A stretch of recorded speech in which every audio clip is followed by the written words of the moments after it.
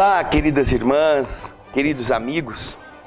Estamos de volta com o programa O Espírito da Letra, analisando a obra de André Luiz. Como vocês estão vendo, Os Mensageiros, esta obra tão interessante que nos tem ensinado tanto a respeito da nossa responsabilidade em relação às ligações com o mundo invisível. Estamos estudando capítulo por capítulo desta obra e esperamos que você já tenha providenciado a sua, porque através da leitura conjugada, da leitura que cada um possa ter a sua obra para marcar, para anotar, você vai enriquecendo o seu vocabulário, as passagens interessantes você deixa anotado e vai melhorando. Nós estamos no capítulo 13º, Ponderações de Vicente. O capítulo 13, ele vai dar continuidade às lições que André Luiz vem aprendendo lá naquele centro de mensageiros. Nos capítulos anteriores nós vimos os relatos de vários médiuns, de vários doutrinadores, contando o porquê fracassaram. Então, acompanhe no texto a conversa de André com Vicente. O André diz logo no começo que ele não estava cheio, não estava cansado, não estava farto das lições, mas até aquele momento ele já havia aprendido bastante. Impressionado com aquilo que me fora dado observar, diz André: não insisti com Vicente para prolongar nossa demora no centro de mensageiros. Deixando grandes grupos em conversação ativa,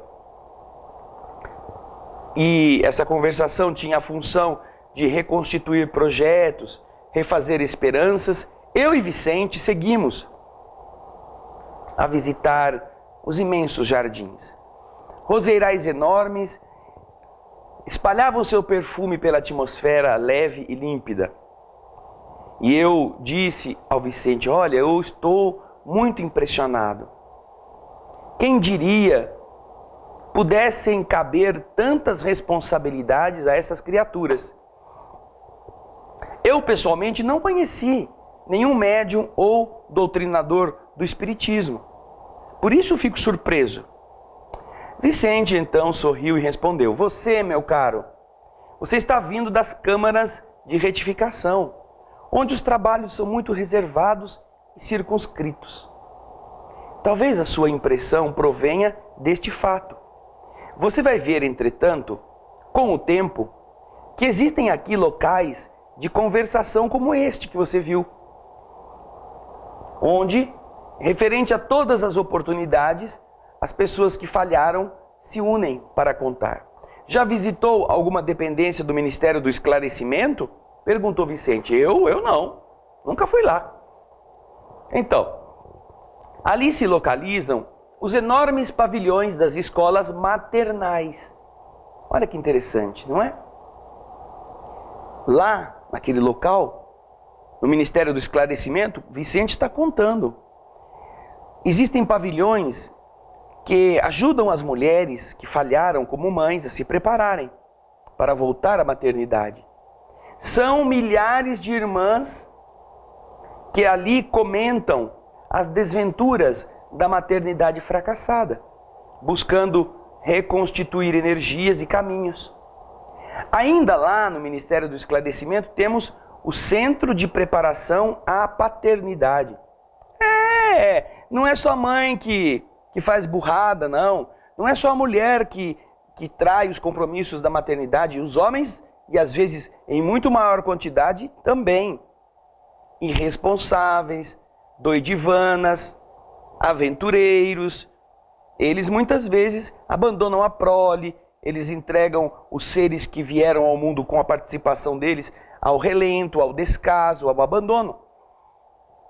Quando desencarnam, são frustrados por identificarem a sua irresponsabilidade. Então, lá no Ministério do Esclarecimento existe também o Centro de Preparação da Paternidade. Aqui, grandes massas de irmãos examinam o quadro de tarefas perdidas e recordam, com lágrimas, o passado da indiferença ao dever. Indiferença ao dever. Nesse mesmo ministério temos a especialização médica. Nobres profissionais da medicina que perderam santas oportunidades de elevação, neste local discutem seus problemas. E aí, então, quando eu ouvi falar de médico, né, diz o André, eu interrompi Vicente e disse, ora, Vicente, nós somos médicos e não fomos para lá. E Vicente respondeu, é verdade, André. Infelizmente, para nós dois, nós caímos em toda a linha, não só na qualidade de médicos, mas muito mais como homens. Pois que se eu disse a você o que eu sofri, eu ainda não contei o que eu fiz. É verdade. Concordei, desapontado, recordando a minha condição de suicida inconsciente, disse o André. Aí o Vicente volta a contar. Ainda no esclarecimento, temos o Instituto de Administradores, onde os espíritos cultos procuram restaurar as forças próprias e corrigir os erros cometidos na mordomia terrestre. Nos campos de trabalho do Ministério da Regeneração, existem milhares de trabalhadores que se renovam para a recapitulação das grandes tarefas da obediência. E continuando a falar de maneira sorridente, Vicente disse, nós somos numerosos falidos nas missões terrestres.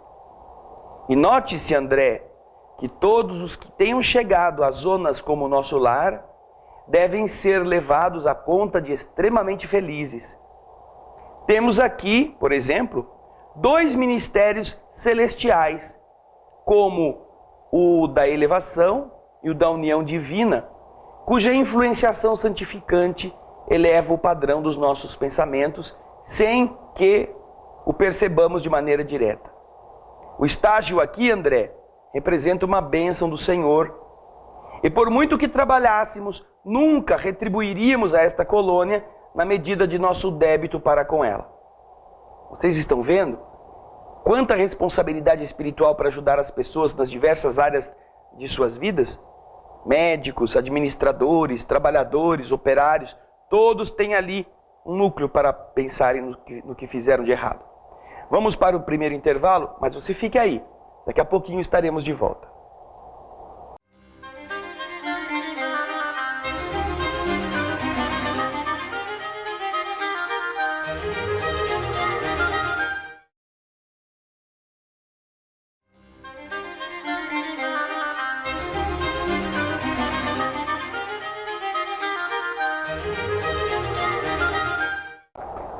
Olá, estamos de volta com o programa O Espírito da Letra, analisando a obra de André Luiz.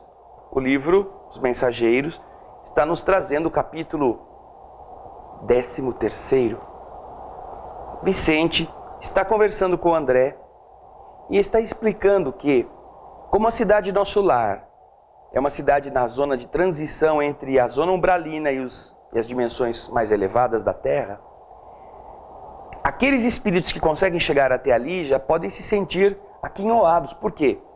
Porque ali, os 2 ministérios que ligam a colônia aos planos superiores ajudam a melhorar o psiquismo de todo mundo, até de maneira que eles não percebam.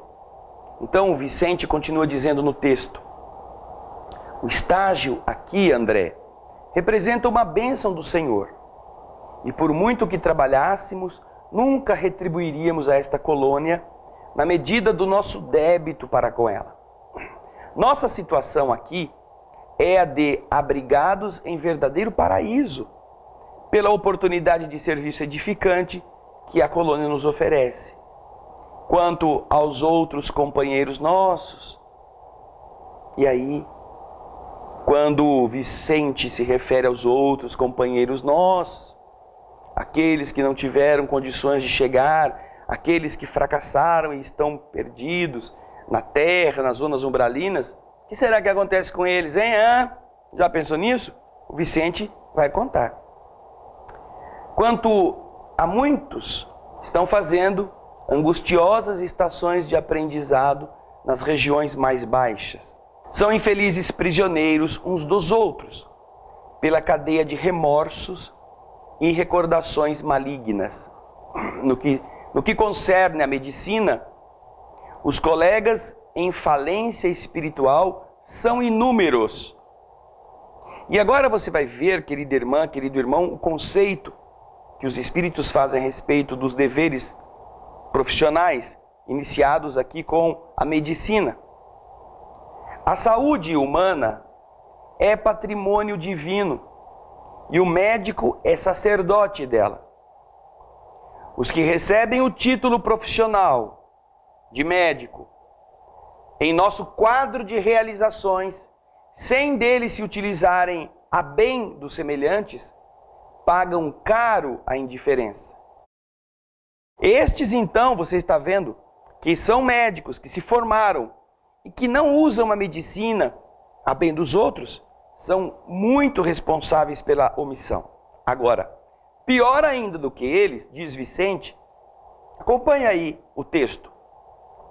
Os que abusam do título de médico são, por sua vez, situados no campo do crime.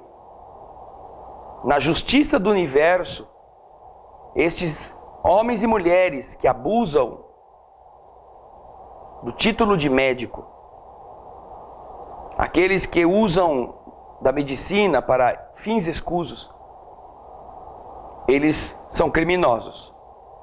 E Vicente continua dizendo: Jesus não foi somente um mestre, foi médico também. Deixou no mundo o padrão da cura para o reino de Deus. Ele proporcionava socorro ao corpo e ministrava fé à alma. Nós, porém, meu caro André, os médicos, em muitos casos terrestres, nem sempre aliviamos o corpo e quase sempre matamos a fé. Graças a Deus, graças a mim que operei a senhora. Se não fosse eu ter estudado, se não fosse eu ter passado noites em claro, a senhora estaria aí doente. Muitos médicos se sentem ofendidos quando alguém diz: ai, graças a Deus, doutor, eu melhorei. Acreditam mais em si mesmos do que em Deus. Recusam-se até a fazer uma oração antes de começar uma cirurgia. Porque eu sou o poderoso. Então, isto é um defraudar da tarefa espiritual que a medicina representa na Terra. Continuemos a ver o texto. As palavras sensatas do amigo caíam-me na alma como raios de luz. Tudo era verdade, simples e bela.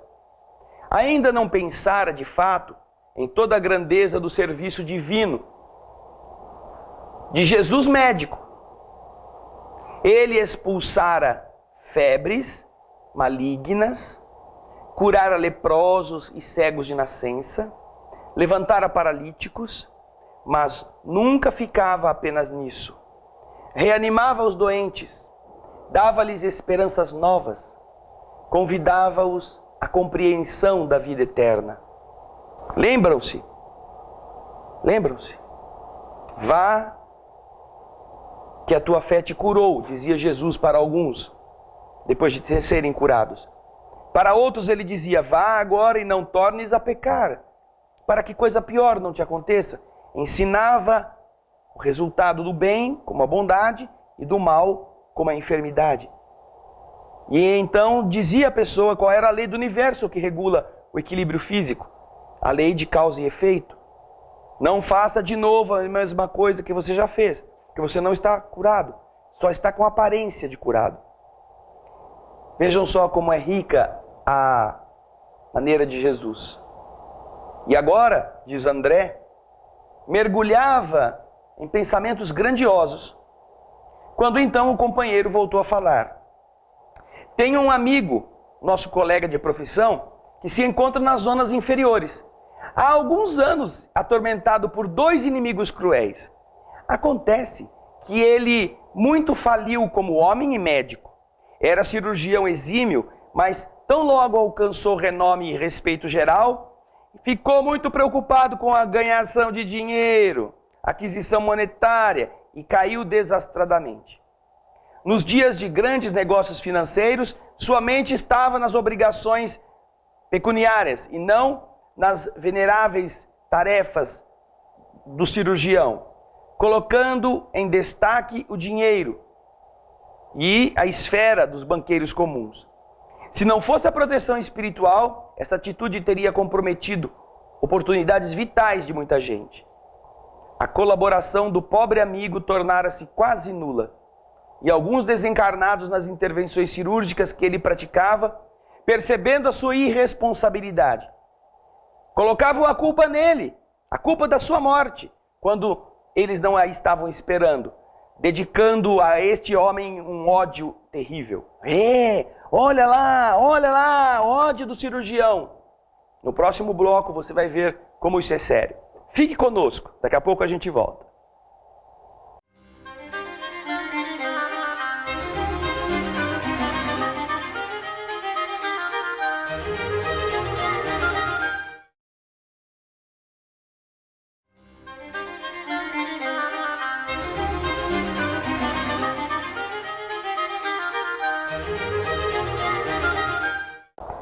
Estamos voltando com o estudo do capítulo 13, as ponderações de Vicente. E Vicente está contando a história de um amigo que foi médico na Terra e que agora está no plano umbralino perseguido por 2 obsessores. Este homem na Terra, ao invés de se dedicar ao missionário trabalho da cirurgia, da medicina, ele começou a se iludir com os muitos ganhos. E a sua preocupação na hora de algumas cirurgias não era tanto com a saúde do cara, do enfermo, como era com os lucros que ele ia ter, onde ele ia aplicar o dinheiro. E muitos dos seus pacientes que morreram nas cirurgias, não por culpa direta dele, mas porque tinham que morrer, quando chegaram do lado de lá e se viram postos fora do corpo, e perceberam que o homem estava preocupado em ganhar dinheiro, etc., pelos seus pensamentos, começaram a pôr a culpa nele, no cirurgião. Os espíritos amigos cuidavam de proteger, porque este homem estaria tocando outras vidas. No entanto, esta proteção não limpava a consciência do médico. Vamos acompanhar o texto novamente. Amigos do médico, os espíritos que estavam junto do cirurgião, prestaram esclarecimentos justos a muitos desses espíritos que chegavam a querer se vingar daquele sacerdote da medicina. Agora, apesar de todo esse esforço dos espíritos que tentavam proteger o médico, 2 de seus pacientes mais ignorantes e maldosos perseveraram na estranha atitude e esperaram pelo médico logo depois do sepulcro para se vingar dele. Nossa, que horrível! Exclamou André. Mas se ele não é culpado da desencarnação desses adversários gratuitos, como pode ser atormentado desse modo? E então Vicente explicou de maneira muito profunda. Realmente, André, ele não tem a culpa da morte desses 2. Nada fez para interromper-lhes a existência física, mas é responsável pela inimizade e incompreensão criadas na mente dessas pobres criaturas, porque, não estando seguro do seu dever, nem tranquilo com a consciência, o nosso amigo julga-se culpado em razão das outras falhas a que ele se entregou de maneira imprevidente. Todo erro traz fraqueza, e assim sendo, o nosso colega, por enquanto, não adquiriu forças para se desvencilhar dos algozes. Perante a justiça divina, portanto, ele não resgata crimes que ele não praticou, mas ele repara, ele corrige certas faltas graves e aprende a se conhecer, a entender as obrigações nobres e a praticá-las, compreendendo, por fim, a felicidade dos que sabem ser úteis com segurança da fé em Deus e em si mesmo. A noção do dever bem cumprido, André, ainda que todos os homens permaneçam contra nós, é uma luz firme para o dia e abençoado travesseiro para a noite. O nosso colega, tendo abusado da profissão, entrou em dolorosa prova. Ah, sim, exclamei. Agora compreendo. Onde exista uma falta, pode haver muitas perturbações. Onde apagamos a luz, podemos cair em qualquer precipício. E o Vicente concorda com ele. Calou-se o amigo andando muito tempo ao meu lado, como se estivesse surpreendido, como eu, diante das avenidas de rosas que ali estavam. Depois de longas meditações, disse fraternalmente: André, vamos regressar ao nosso núcleo. Creio que devamos ouvir Aniceto ainda hoje, referente ao nosso serviço comum. Eles iam trabalhar, lembram-se? Precisavam agora conversar com Aniceto. Você viu a responsabilidade que, mesmo não estando ligada à morte, ao crime, ao delito, acompanha a consciência culpada. E aqueles espíritos ignorantes que não entenderam que o médico não havia sido responsável pela sua morte, acompanhavam o médico, porque o médico não conseguia se opor a eles. Dentro da sua mente, ele imaginava: puxa, eu não fui diligente, eu estava preocupado com ganhar dinheiro, eu não prestei atenção, eu poderia talvez ter feito melhor. Eu poderia ter feito melhor. Quantas pessoas passam por este drama depois que voltam do cemitério onde enterraram um ente querido? Um tiozinho que ficou no asilo, uma pessoa que morou na casa e ficou doente sob os cuidados daqueles parentes. E aí vem os parentes: poxa, o tiozinho pediu para eu levar ele para passear um pouco na praça, eu falei que não ia, que eu estava ocupado. Ah, e agora? Consciência de culpa. Eu poderia ter feito mais, poderia ter feito melhor. Então essas brechas mentais são aquelas que este médico permitiu que se instaurasse na sua consciência. E as entidades que não tiveram a sua morte em decorrência da ação dolosa do médico, impunham a ele a culpa, porque eram ignorantes também. E o médico não tinha a serenidade da consciência limpa para não ficar preso a essas acusações mentais. Vocês observam como é sério o entendimento da lei do universo e que todos nós estaremos respondendo por estes equívocos. Não somente os médiuns, não somente os doutrinadores, mas os administradores, as mães, os pais, os trabalhadores em geral. Você gosta de ganhar dinheiro sem trabalhar? Você tem 2, 3, 4, 10 aposentadorias com base em atitudes e conluios? Cuidado, porque isso é responsabilidade. Você vai ter que devolver tudo o que você recebeu sem merecer. Isto é um peso. Portanto, faça o bem. Portanto, compartilhe as vantagens, para que com isto você comece a semear flores sobre os espinhos. Mas o seria melhor mesmo é você devolver as coisas e contentar-se com aquilo que você merece, com aquilo que você fez por merecer. Tudo é responsabilidade, lembre disso. Ninguém consegue enganar a justiça do universo. Pode ser que ninguém descubra que você está se enriquecendo sem esforço, mas a justiça do universo sabe. Capítulo interessante, não é? Você não imagina o que vem depois. Então, vai lendo Os Mensageiros. Na próxima semana nós voltaremos com o capítulo 14. Muito obrigado e muita paz.